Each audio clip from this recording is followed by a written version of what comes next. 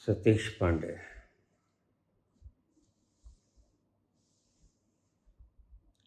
एक कहानी है बाबा जी। महाराज जनक नरक में गए,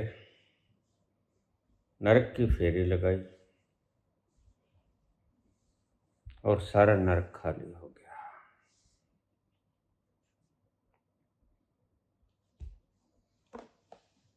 कृपया इस कहानी को रहस्यात्मक ढंग से वर्णित करने की कष्ट करें।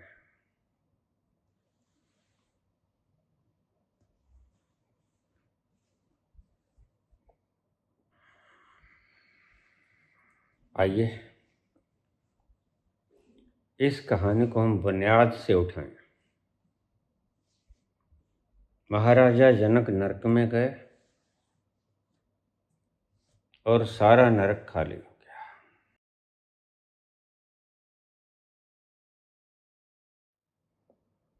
इस संदर्भ में कुछ बातें समझने वाली हैं। नरक हो या स्वर्ग हो,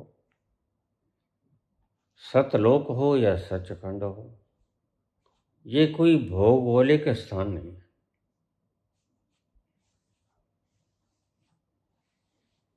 नरक और स्वर्ग मेंटल स्टेट हैं, मानसिक दशाएं। सचखंड और सतलोक आध्यात्मिक स्टेज है। जब तुम मनस में दुखी होते हो, वह नरक ही तो होता है। और जब तुम्हारा मन खुशी से लहलहा उठता है, वह स्वर्ग ही तो होता है।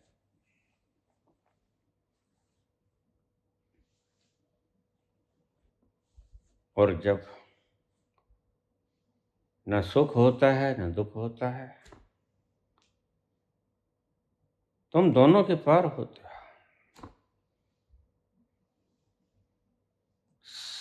अच्छाई से भी परे होते हो, बुराई से भी परे होते हो, दोनों से पार। तो सतलोक होता है, सचखंड होता है।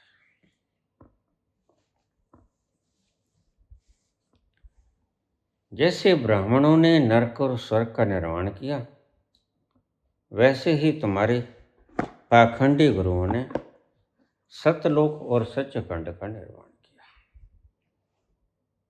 कल के प्रवचन में मैंने सचखंड के बारे में बोला था। सचखंड तक की यात्रा तुम्हें करनी होती है, जीते जी करनी होती है, मरकर नहीं करनी होती। सचखंड कोई भौगोलिक स्थान नहीं है। Sachkhand is a state of your consciousness. तुम्हारी चेतना की एक अवस्था है। वो सतलोक हो या सचखंड हो, वहां तुम सुख और दुख दोनों से पार होते हो। स्वर्ग में तुम सुखी होते हो, नरक में तुम दुखी होते हो। समझाने के लिए, these are symbolic representations, they are called abbreviations। Symbols हैं, ये प्रतीक चिन्ह हैं। जैसे हमने मूर्तियां बना दी,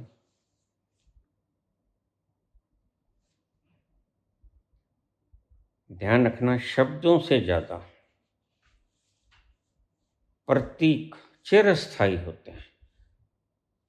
शब्द मिट जाते हैं, प्रतीक बहुत देर में मिटते हैं।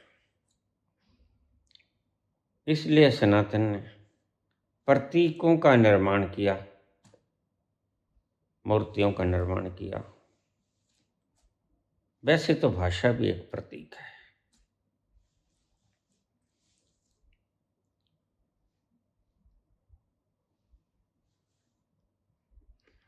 विश्व भर में करीब 7,000 भाषाएं हैं।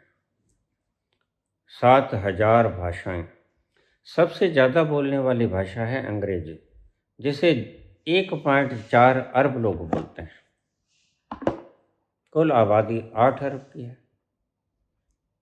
1.4 लोग अंग्रेजी बोलते हैं।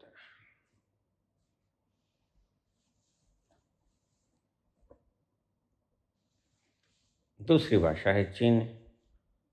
तीसरी भाषा है हिंदी। ये भाषाएं हैं, पर इसमें कोई आश्चर्य नहीं होना चाहिए आपको। किसी एक भाषा में वो परमात्मा का नाम भी हो सकता है और दूसरी भाषा में वो गाली भी हो सकती है। भाषाएं अपने ढंग से गढ़ी गई हैं। मैंने कल भी बताया था, भाषाओं का प्रयोजन है अपने मन की बात कह देना, अपने विचार, अपनी भावना, अपनी जरूरत, अपनी दुख तकलीफ। और भाषा बड़ी बोझिल है तुम्हारे दिमाग। ये भाषा ही तो है जो तुम कहते हो बाबा हमारा मन बोलता है, क्योंकि भाषा विजातीय द्रव्य है। अब इसको ठीक से समझ लो। अब रात को सो जाते हो, रात को हमारा तंत्र शरीर का विजातीय द्रव्य जो फॉरेन मटेरियल्स होते हैं उनको साफ सफाई करके मूत्र के जरिए बाहर फेंक देता है। सारी रात सफाई होती है। आपका शरीर सारी रात भीतर के ऑर्गन साफ सफाई में जुटे रहते हैं। अब सो जाते हो।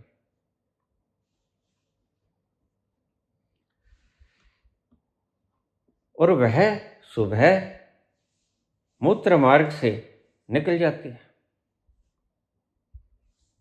इसलिए आपने देखा होगा ये प्रयोगशाला के लोग जो मूत्र को चेक करते हैं वो कहते हैं सुबह सुबह का पहला पेशाब लेके आना।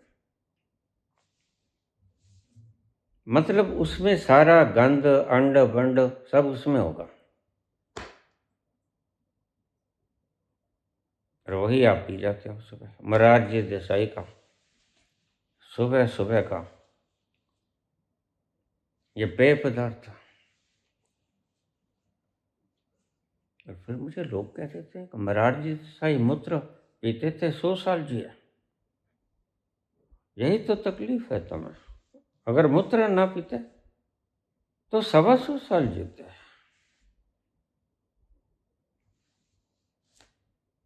एक भाषा में जो अच्छे के लिए नाम होता है वो दूसरी भाषा में बुरे के लिए भी हो सकता है। भाषा विजातीय द्रव्य के कारण है जो बाहर निकलना चाहती है, इसलिए आपका मन बोलता है। क्योंकि शरीर उसको बाहर फेंकना चाहता है। Want to evaporate, want to catharsis, बाहर निकालना चाहता है, रेशन करना चाहता है, फेंक देना चाहता है। शरीर की स्वाभाविक प्रक्रिया है। जो शरीर को नहीं चाहिए, जो मन को नहीं चाहिए, बाहर फेंक देता हो। इसलिए आपका मन बोलता है। तुम्हारे शरीर के नेचुरल तंत्र में और तुम्हारे मन में यही तो झगड़ा है। तंत्र कहता है मैं इस विजातीय द्रव्य को रहने नहीं दूंगा। इट्स अ फॉरेन मटेरियल, मैं इसको कैथारसिस कर दूंगा, बाहर निकाल दूंगा। लेकिन तुम्हारा मन उसको पकड़े रहता है। अरे नहीं, ये तो भगवान का नाम है। लेकिन तंत्र सही होता है। नेचर इज राइट, प्रकृति बिल्कुल ठीक है, और प्रकृति को अपना काम करते रहना चाहिए, करते देते रहना चाहिए। ये झगड़ा है प्रकृति में और तुम्हारे मन में। तुम्हारी भाषा बाहर से आई थोपी गई, न तो हमारे शरीर ने बनाई, न हमारे मन ने बनाई। और तुम्हारी प्रकृति हर पल हर घड़ी इस भाषा को कैथोरसिस करना चाहती है, बाहर इवेपोरेट करना चाहती है। वातावरण में यही झगड़ा होता है। इसे ही तुम कहते हो बाबा मन बोलता।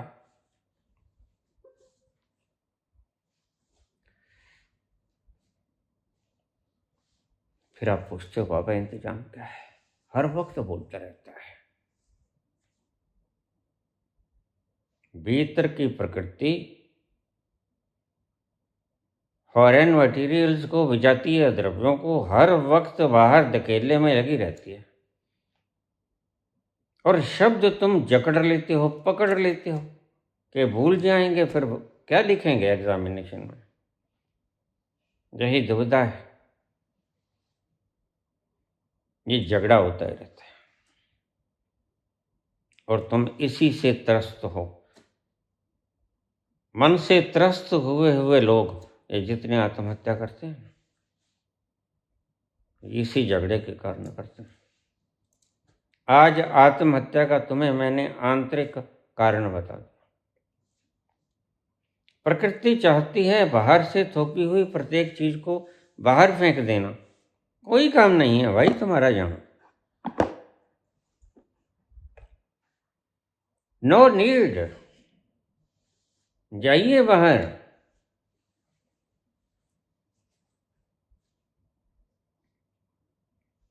और तुम मन को पकड़े रहते हो।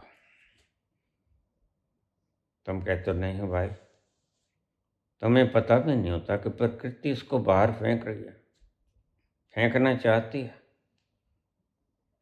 तुम्हारा मन को जबरदस्ती जोर से पकड़ लेना और प्रकृति का पूरे जोर से उसे बाहर निकाल देना, तो कौन हारेगा?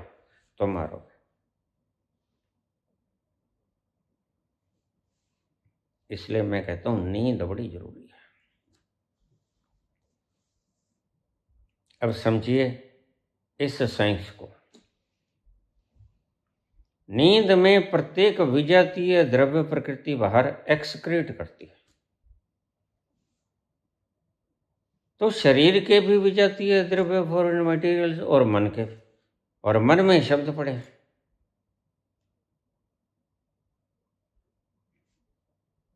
प्रकृति शब्दों को भी बाहर फेंक देती है।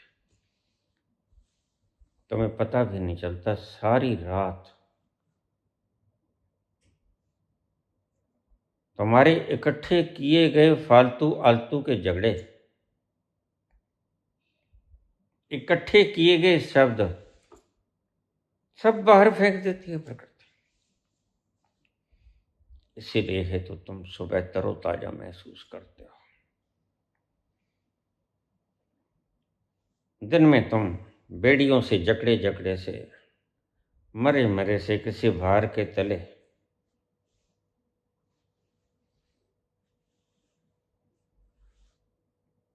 इसलिए मैं रोज कहता हूं, इन संत महापुरुषों के दर्शनों में मत उलझ जाना। दर्शन करने को एक स्थान है, बस उस स्थान पर चले जाना ही तुम्हारा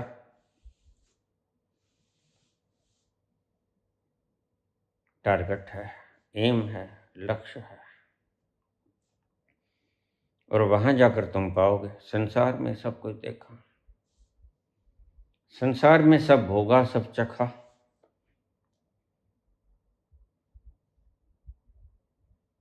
लेकिन कुछ न मिला। अगर वह नहीं मिला तो फिर कुछ भी नहीं मिला।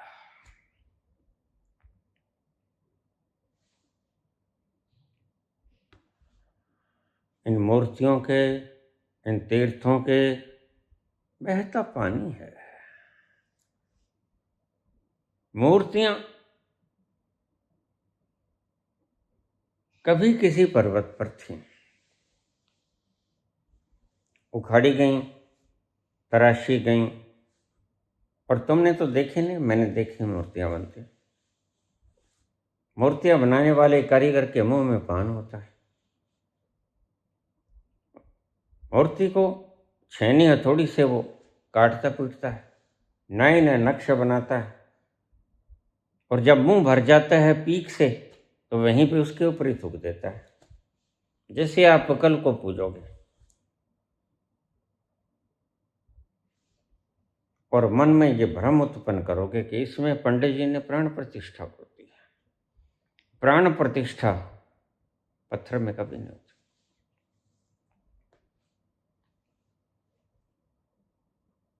प्राण प्रतिष्ठा चेतना का प्रवेश करा देना मामूली बात नहीं। कुछ गिनती चिंती के योगी जड़ में प्राण प्रतिष्ठित चेतना को डाल सकते हैं। उनमें एक शिव है, जिसे हम भगवान शंकर के नाम से भी जानते हैं। शिव खुद अपने आप में ही चेतना है।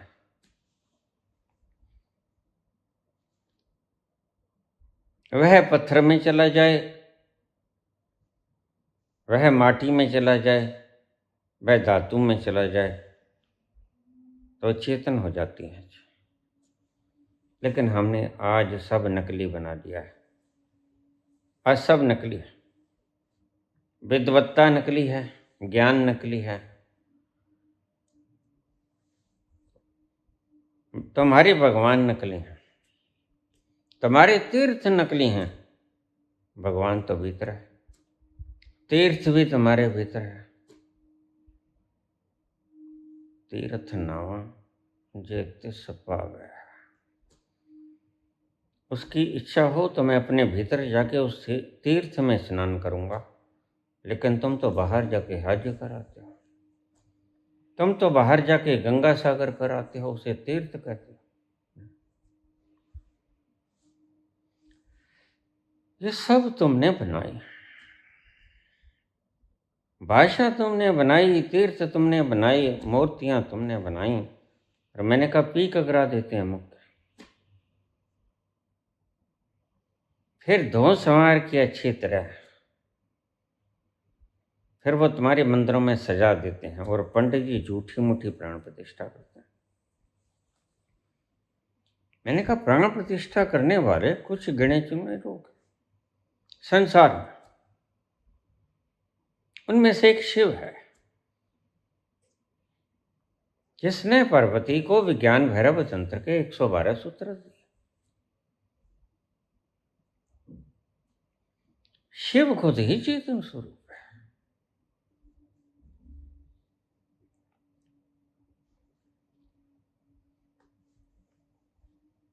गुरबाणी में एक शब्द आता है, डिठे सभ्य था। सभी स्थान देखे मैंने, तीर्थ देखा, सागर देखे, हज देखे, पर्वत देखे, नदियां देखी, बर्फीली पहाड़ियां देखी, गुफाएं कंदराएं देखी, वृक्ष पेड़ देखे, डिठे सभ्य था। नहीं तुझ जे है आ, कहीं आनंद नहीं आया। सब जगह में गया, नहीं तुझ जे है आ, तेरे जैसा कोई नहीं। बात हुई ठीक है। दूसरी जगहों पे आपको खुशी तो मिल सकती है, वनों में जाओगे शुद्ध ऑक्सीजन तो मिल सकती है, पर्वतों पे जाओगे ठंडक तो मिल सकती है,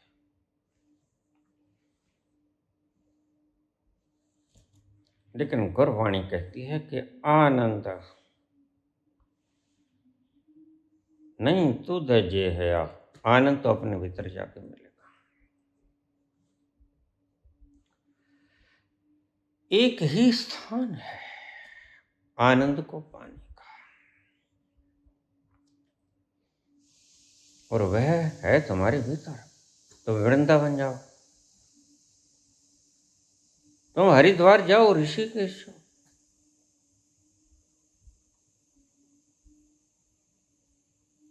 तुम काली मठ जाओ, तुम हज जाओ, तुम मक्का जाओ, मदीना जाओ, कहीं जाओ, एक बात को ध्यान में रख लेना, जैसे गए थे वैसे ही वापस आ जाओगे, थके मांदे, शरीर थक जाएगा, लेकिन आनंद को साथ नहीं लेके आओगे।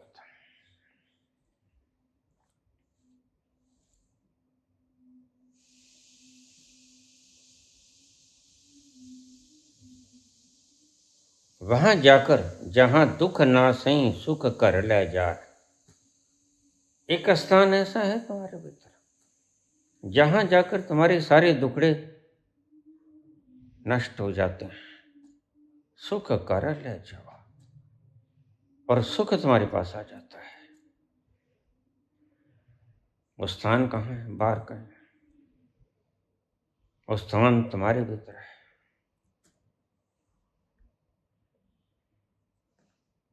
और मैं बहुत बार बोलता हूँ, रोज बोलता हूँ, ये गुरुजन छुर्क से आपके पास से निकल जाते हैं। लो जी, दर्शन हो गए। सब नकली नकली फूल हैं, कोई दर्शन वर्शन नहीं, न तो इन्होंने कुछ पाया।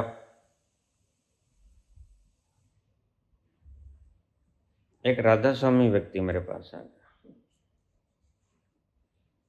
अपनी समस्या बता ली। मैंने कहा दीक्षित हो? नहीं बाबा, मैंने तो नामदान लिया है। मैंने कहा अच्छा, भगत हो? कहता हूँ। अच्छा, तो फिर ये समस्या क्या तुम्हारा गुरु सॉल्व नहीं कर सकता? कहते जी सॉल्व तो कर सकता है, वो तो जल थल कर दे। मैं कहा वो तो कर देगा, जल थल तो बाढ़ भी कर देगी, वो तो प्रलय आ दे। मैं कहा वो तो एटम बम भी ले आएगा। नई बात क्या है, वो तो हाइड्रोजन बम भी ले आएगा। जल थल कर दे, प्रलय ले आए, ये सब तो नेचर कर देगी, लेकिन तुम्हारे गुरु क्या कर सकते हैं? अपने गुरु से तकलीफ कहते क्यों नहीं? गुरु बनाया का है, गुरु ने तुम्हें अपनाया का है।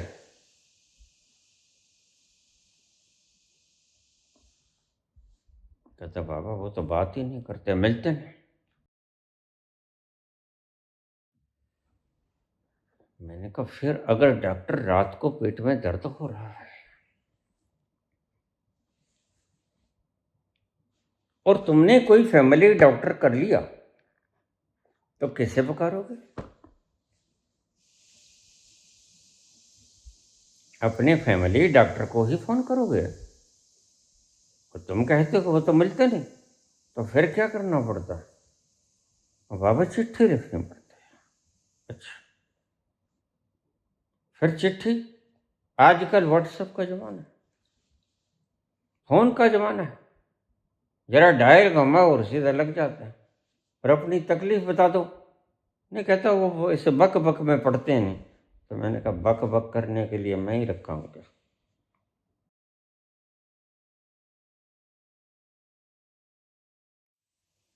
अरे हरामखोर, गुरु का काम ही करना है, बक बक करे कुछ करे, तुम्हें समझाए, तुम्हारा दुख सुने तो दूर कर सकता है, हर उपाय करे, जैसे आपका फैमिली डॉक्टर है। नहीं कर सकता तो प्रेम से कह दे कि देखिए ऐसा दे रोग है, नहीं ठीक होगा भाई। फैमिली डॉक्टर आपने बनाया, आधी रात को आवाज दो, और आधी रात को आवाज आप तभी दोगे जब सीरियस मैटर होगा, ऐसे नहीं होगा। मैंने कहा यही तो मुश्किल है।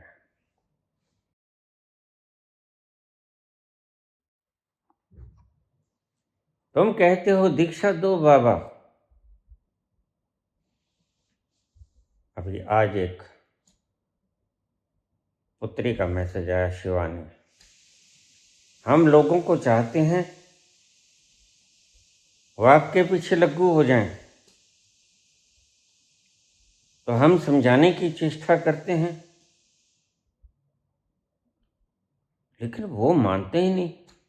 हम उनका भला करना चाहते हैं कि किस हिसाब से ये तर जाएं, हमें पता है। आपके साथ आपकी बातें सुनकर ये तर जाएंगे, लेकिन ये लोग आपके बारे में भला बुरा बोलते हैं।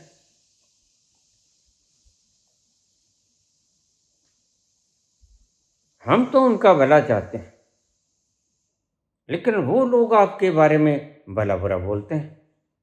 मैंने कहा, बेटी ये बताओ, पहले मेरे से दीक्षा लेके तुम सुखी होगी? ईमानदारी से जवाब देना।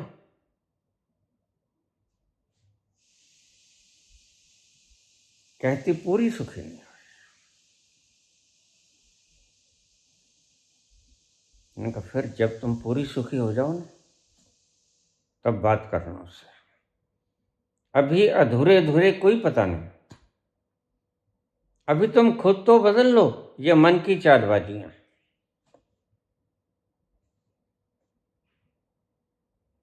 उसका भला कर दें, उसका भला कर दें, और मैंने सख्त पाबंदी लगा रखी।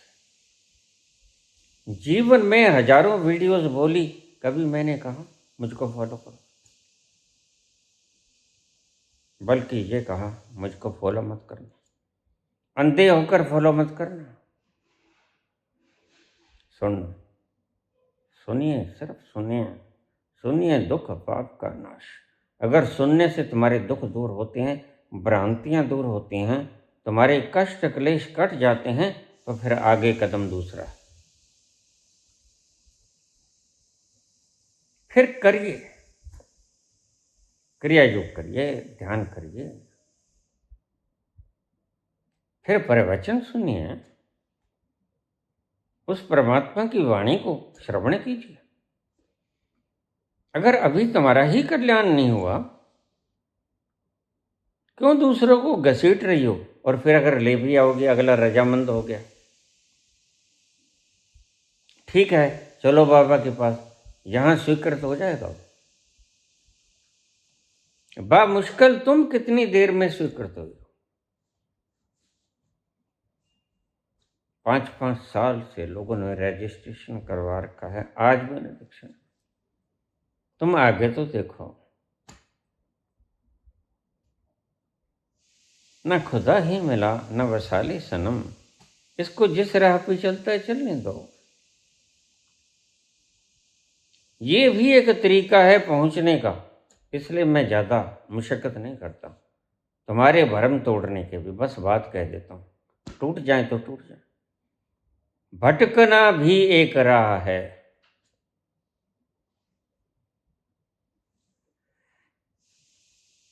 एक अनुभव तो ले लो कि मूर्ति पूजा की थी, नहीं कुछ मिला, भटके। नाम जप किया था, नहीं कुछ मिला, भटके, एनर्जी लेसनेस हुए। तुम्हें पता है मैंने राम राम का कितना नाम किया है? मैं भी ऐसे ही गुरु की गिरफ्त में आ गया था, और वह अज्ञानी निकला। राम राम करते रहो, चलते फिरते बैठते उठते सफर करते राम राम करते रहो। मैं राम राम करता रहा, राम राम हो गई। एक दिन कह दिया राम राम गुरुजी, चल, क्योंकि कुछ मिला नहीं। यह भी एक रास्ता है, भटको। भटकोगे तो तुम, ध्यान ध्यान से सुनो मेरी बात, फिर तुम्हारा मन तुम्हें भटकाएगा नहीं कि देखो वो पड़ाव तो तुमने अन खोजा छोड़ दिया। सारी दुनिया जो नाम स्मरण कर रही है, तुम क्यों नहीं करते? मन तुम्हारा बार बार उतर जाएगा, और ये मन ही तो तुम्हारा रोग है, इसको पूरा ही कर दो। ये भी एक रास्ता है, भटकना भी तो एक रास्ता है सही रास्ता पे जाने के लिए। फिर भटकोगे, नहीं मिलेगा, फिर तुम किसी से पूछोगे, और कभी न कभी ईश्वर मेहरबान होगा। कर्मी आवे कपड़ा, नदरी अमोख द्वार, कभी कभी उसकी नजर होगी, फिर वो तुम्हें सही रास्ता डाल देगा। तुम्हें गुरु को तलाशने की आवश्यकता नहीं है, गुरु ही तुम्हें तलाश लेगा। तुम किसी को मूर्ख बनाने की चेष्टा ना करो। तुम किसी को मेरी बात को माने, मैं खुद ही नहीं कहता, तुम क्यों कहते हो?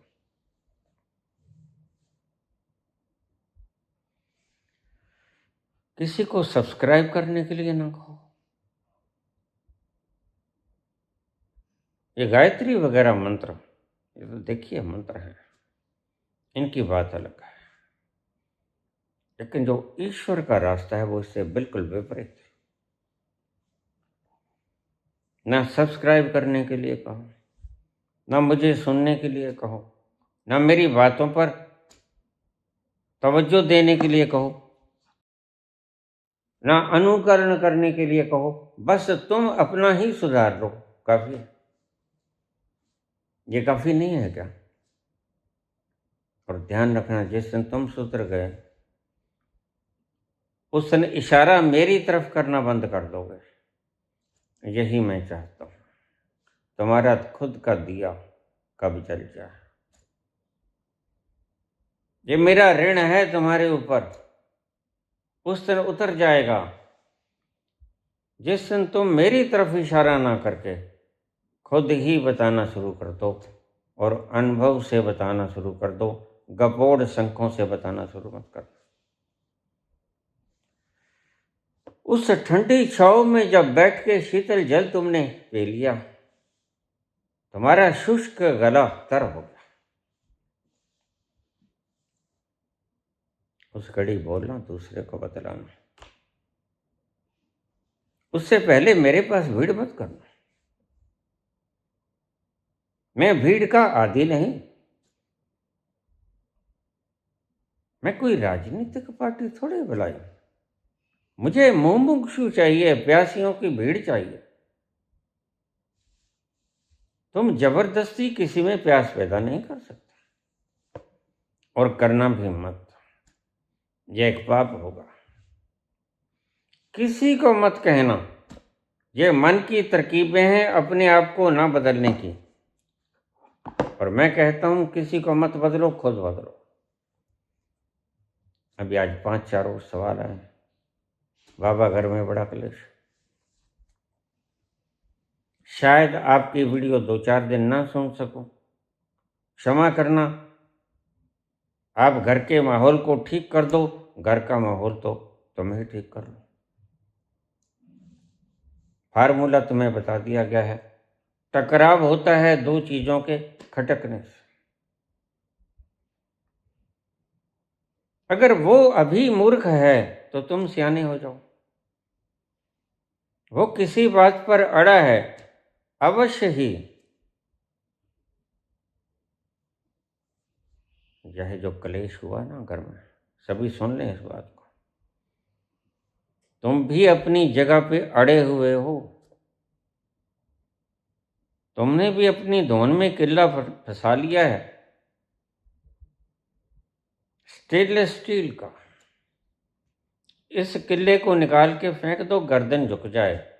जब जरा गर्दन झुकाई, देख ली, सब क्लेश खत्म हो जाए। मेरे पास लोग आ जाते हैं पोथी डाल के, आओ बाबा शास्त्रार्थ करें। मैं समझ जाता हूं भगत है, भक्तों से क्या शास्त्रार्थ करना? शंकराचार्य से कभी शास्त्रार्थ करना होता है? शंकराचार्य तो हारे ही हारे हैं, क्योंकि शब्दों से शास्त्रार्थ करेंगे, देखा इन्होंने कुछ है। तो इनका एक उपाय है। उपाय क्या है? दूर से नमन कर लो। श्रद्धा पूर्वक पांव के हाथ लगा लो। मैं बड़ी श्रद्धा से आंखें बंद करके दोनों पांव को छूता था और उसका अहंकार तृप्त हो जाता था और उसको आशीर्वाद देने पर विवश होना पड़ता तो वो कहता कल्याण मस्तु बाबा। मैंने कहा प्रभु, जलपान करो, भोजन बन रहा है, तृप्त होके जाना। शास्त्र अर्थ करना आया था, भोजन करके जाता है। शास्त्रार्थ एक आड़ थी। शास्त्रार्थ झगड़ा था। हम दोनों झगड़ा करते हैं, तुम्हें पता नहीं चलता। शास्त्रार्थ का मतलब झगड़ा करना। वो कहेगा मैं ठीक, वो कहेगा मैं ठीक, वो अपना शास्त्र निकालेगा, वो अपना शास्त्र निकालेगा। ये झगड़ा ही तो है, बस विनम्र लोगों का झगड़ा है जो शालीनता से बात करते हैं। ज्ञानी से ज्ञानी मिले, करे ज्ञान की बात, ये शास्त्रार्थ है। मूर्ख से मूर्ख मिले, दे घूसा दे लात। फिर वहां पर घूसे लात चलते हैं। तुम्हें पता नहीं है, शास्त्रार्थ तो मैंने भी किया। उसके पांव छुए, प्रणाम किया, उसने मुझे आशीर्वाद दिया। मैंने जलपान खाना खा के जाना प्रभु, तृप्त होके गया, प्रसन्न होके गया, क्योंकि पेट भी भर गया, अहंकार भी भर गया। दोनों को तृप्त करके भेजा मैंने। ढंग होता है अपना अपना। अगर घर में क्लेश है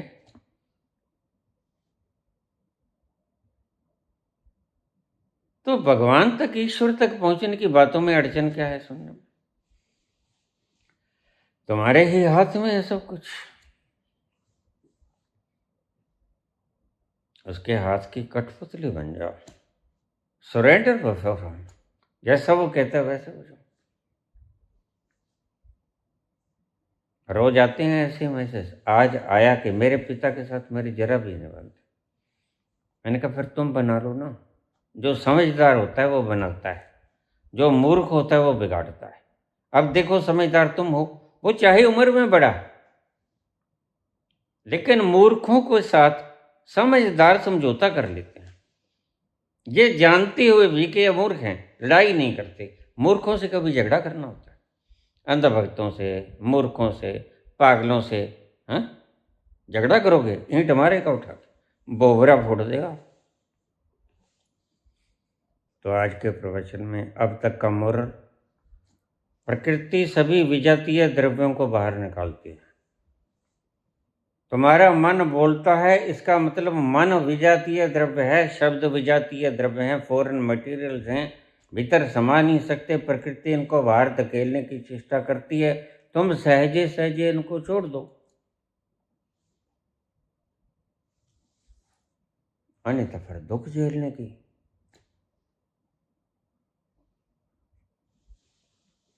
दोनों में से एक तो चुनना ही होगा ना, या तो दुख झेलने की तैयारी करो।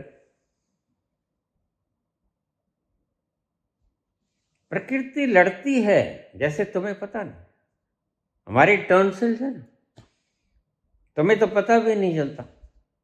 ये लड़ाई झगड़ा करते हैं बाहर से आए हुए कीटाणुओं से।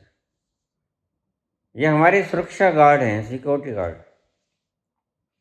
बाहर से आए हुए विजातीय कीटाणुओं से लड़ते हैं, या खुद मर जाते हैं, उनको मार देते हैं। करो या मरो की राजनीति चलती है यहाँ गांधी वाली।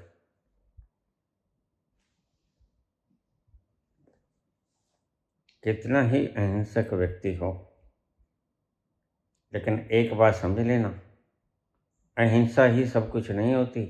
एक वक्त ऐसा आता है जब गांधी जी ने भी कह दिया था, 8 अगस्त 9 अगस्त को गिरफ्तार हुए 1942 को, क्विट इंडिया मूवमेंट में, करो या मरो, डू और डाई। ये क्या है? करो या मरो। ये वाक्य अहिंसक लगेगा, लेकिन बहुत हिंसक वाक्य है। इसके ऊपर बात में कभी विस्तार से बताऊंगा। हम बहक जाएंगे अपने रास्ते से।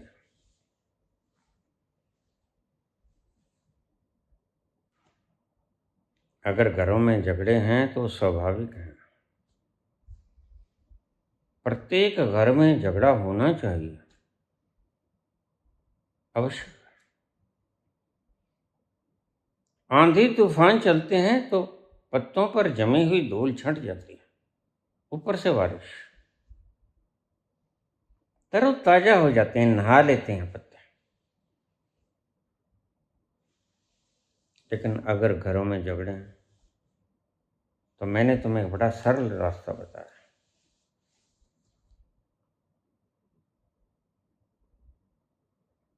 ये बात बहुत आगे भी बढ़ जाती है और फिर भी तो होश में आते हो। जब कोई ज्यादा नुकसान हो जाता है, लोग गुस्से में आके मोबाइल, मेरे एक शिष्य थे, गुस्से में आके मोबाइल फोड़ दिया। घर वाले से किसी बात हो गई, मोबाइल के ऊपर क्यों झगड़ा करते हो भाई? 1.5 लाख रुपए का मोबाइल है, तोड़ दिया। सब कुछ लुटा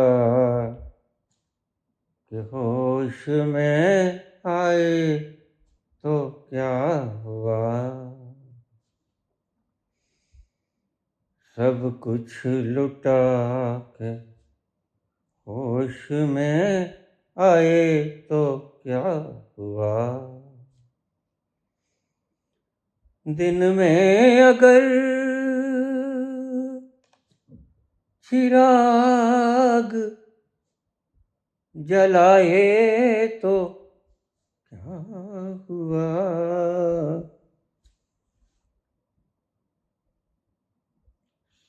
सब कुछ लुटा के होश में आए तो क्या हुआ।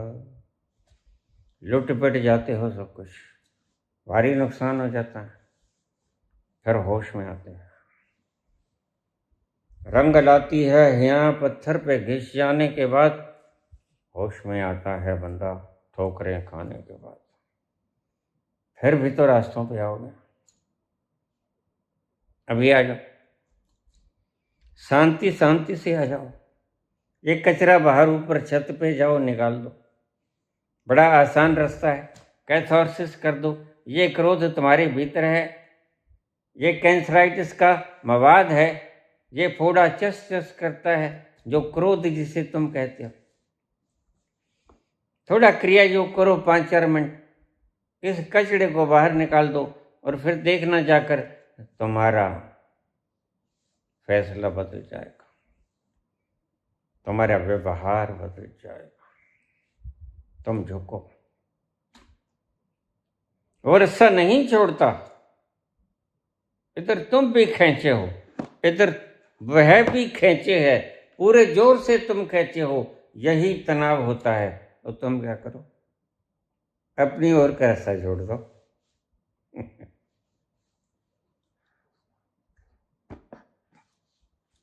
अपनी ओर का रास्ता छोड़ दो और दम से पड़ेगा दूसरा, अकल ठिकाने आ जाएगी। कुछ और भी रास्ते होते हैं।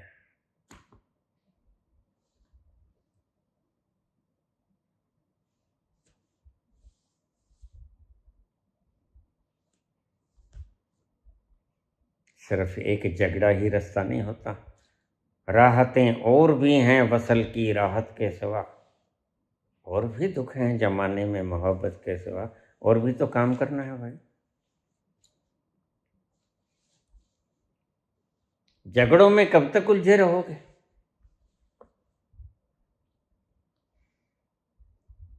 देखो, अगर दूसरा ज्ञानी है, दूसरा भगत है, तो तुम ही कृपा कर दो। तुम अपनी ओर का रास्ता छोड़ दो, खींचो मत उसे। यही तनाव पैदा करता है।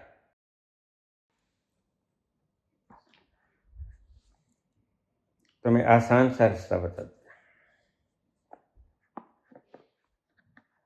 जितना तुम खींचोगे उतना ही वो जोर से खींचेगा, ना तुम झुकोगे ना वो झुकेगा।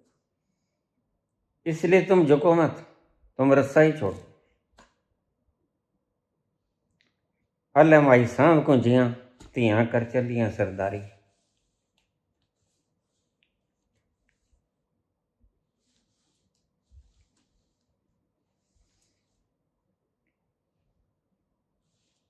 अक्षरों की खेल है, असल में भीतर क्रोध है। सुबह रोज उठकर ज्यादा नहीं 5 मिनट कैथारसिस कर क्रिया योग करो, कैथारसिस करो, बड़ा हल्का हो जाएगा। दिन में ग्राहकों के गल नहीं पड़ोगे।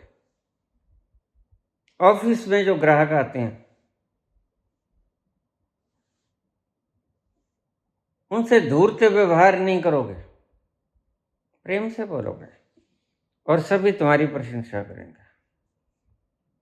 झगड़े से बचने का उपाय, वो नरम नहीं होता, तुम हो जाओ। ये तो तुम्हारे हाथ में है। अब ये मत कहना कि ये हमारे हाथ में नहीं है, फिर तुम अहंकारी हो, फिर तुम परमात्मा के रास्ते पे नहीं चलना चाहते। परमात्मा का रास्ता यही सिखाता है, दूसरा तो नहीं झुकेगा, वह तो अंधा भगत है। और भगत कभी झुकते हैं? भगत नहीं कभी झुकते, भक्त झुकाते हैं। तुम झुक जाओ।